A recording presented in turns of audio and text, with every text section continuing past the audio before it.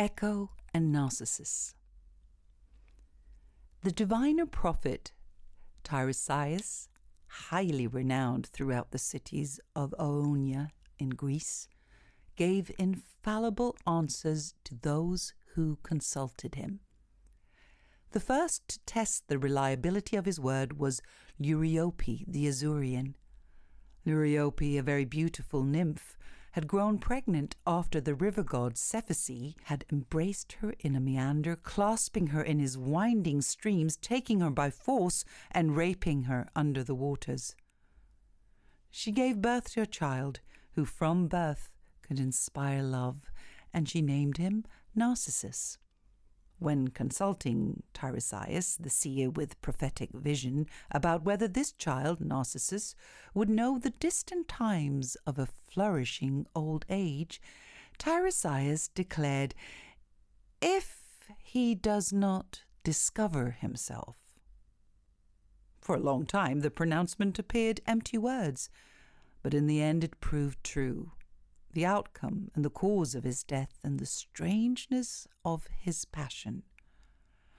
As Narcissus had reached his 16th year and might seem both boy and youth, many youths and many young girls desired him, but there was such intense pride in his delicate form that none of the youths or young girls affected him.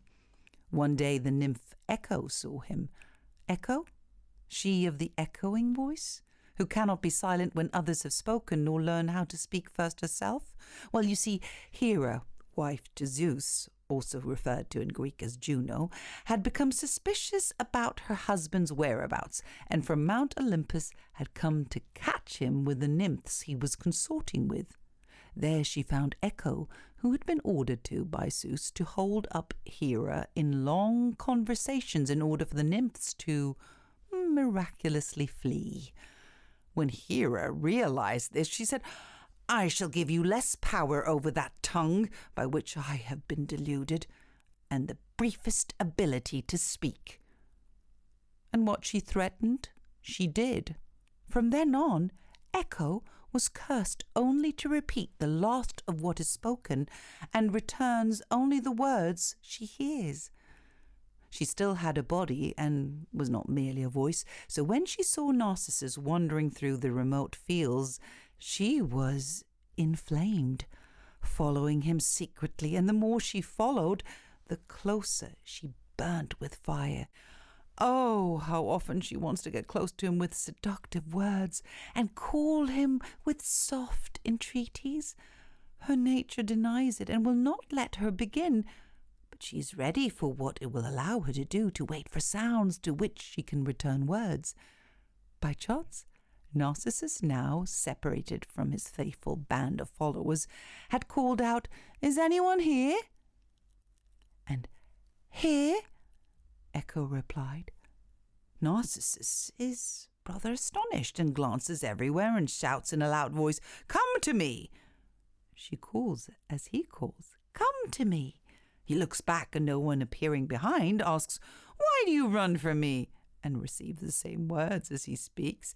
He stands still and, deceived by the likeness to an answering voice, says, Here, let us meet together. And never answering to another sound more gladly, Echo replies, Together! And to assist her words, comes out of the woods to put her arms around his neck in longing. He runs from her and running cries, Away with these encircling hands! Oh, may I die before what's mine is yours! She answers only, What's mine is yours. Oh, scorned, she wanders in the woods and hides her face in shame among the leaves, and from that time on lives in lonely caves. But still her love endures, increased by the sadness of rejection. Her sleepless thoughts waste her sad form, and her body's strength vanishes into the air. Only her bones and the sound of her voice are left. Her voice remains. Her bones, they say, were changed to shapes of stone. She hides in the woods, no longer to be seen on the hills, but to be heard by everyone. It is sound that lives in her.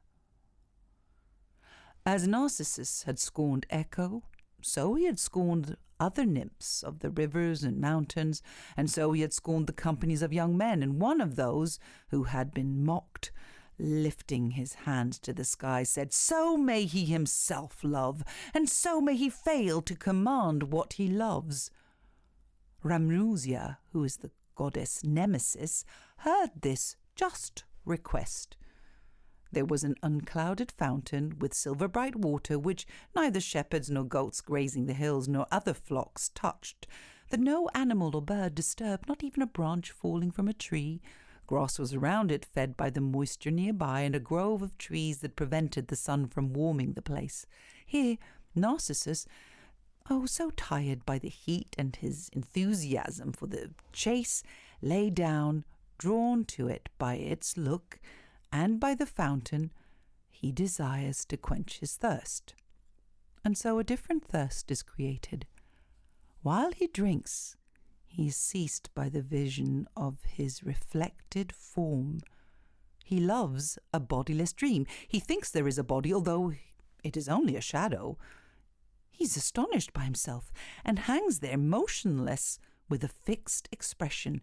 Flat on the ground he contemplates two stars, his eyes and his hair, his youthful cheeks and ivory neck, the beauty of his face, the rose flushed mingled in the whiteness of snow, admiring everything for which he is himself admired. Unknowingly he desires himself, and the one who praises is himself praised, and while he courts is courted, so that equally he inflames and burns. How often he gave his lips in vain to the deceptive pool. How often, trying to embrace the neck he could see, he plunged his arms into the water but could not catch himself within them. What he has seen he does not understand, but what he sees he is on fire for, and the same error both seduces and deceives his eyes. Fool! Why try to catch a fleeting image in vain? What you search for is nowhere. Turning away, what you love is lost. What you perceive is the shadow of a reflected form. Nothing of you is in it. It comes and stays with you, and leaves with you, if you can leave. Nothing can draw him away.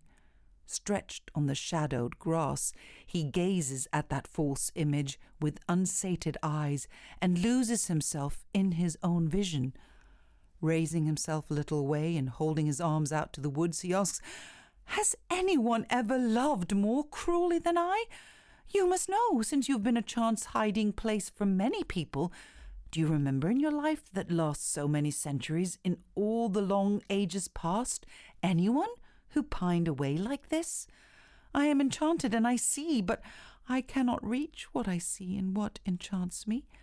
So deep in error is this lover, and it increases my pain the more, that no wide sea separates us, no road, no mountains, no walls with locked doors. We're only kept apart by a little water. Whenever I extend my lips to the clear liquid, he tries to raise his lips to me. He desires to be held. You would think he could be touched. It is such a small thing that prevents our love. Whoever you are, come out to me.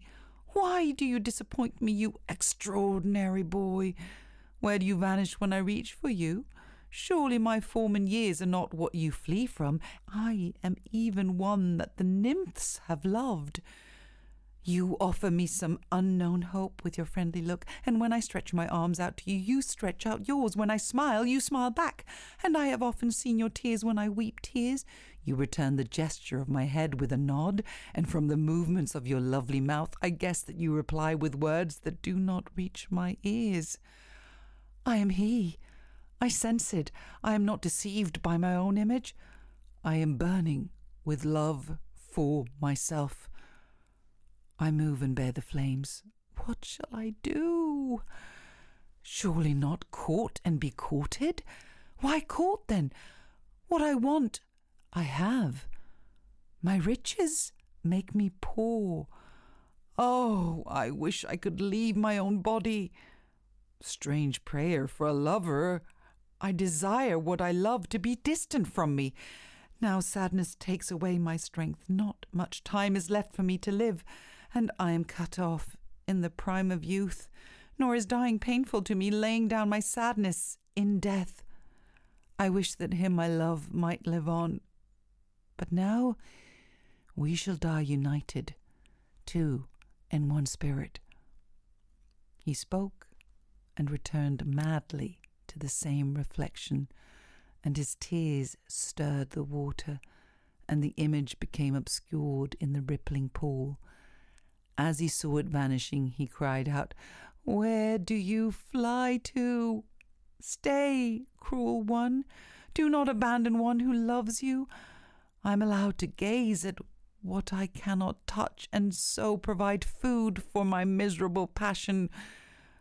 As he sees all this reflected in the dissolving waves, he can bear it no longer.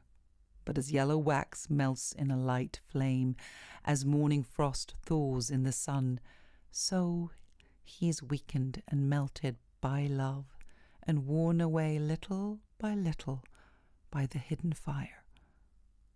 He no longer retains his colour. The white mingled with red no longer has life and strength, and that form so pleasing to look at, nor has he that body which Echo loved.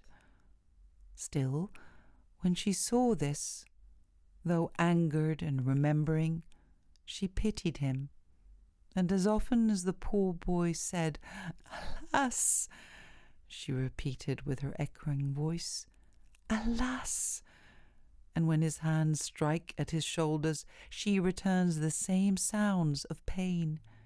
His last words as he looked into the familiar pool were, "Alas, in vain, beloved boy." And the place echoed every word, and when he said, "Goodbye," Echo also said, "Goodbye." He laid down his weary head in the green grass, death closing those eyes that had marvelled at their Lord's beauty. And even when he had been received into the house of shadows, he gazed into the Stygian waters. His sisters, the Naiads, lamented and let down their hair for their brother, and the Dryads lamented, and Echo returned their laments. And when they prepared the funeral pyre, the quivering torches and the beer, they found that there was no body. Instead, they came upon a flower with white petals surrounding a yellow heart.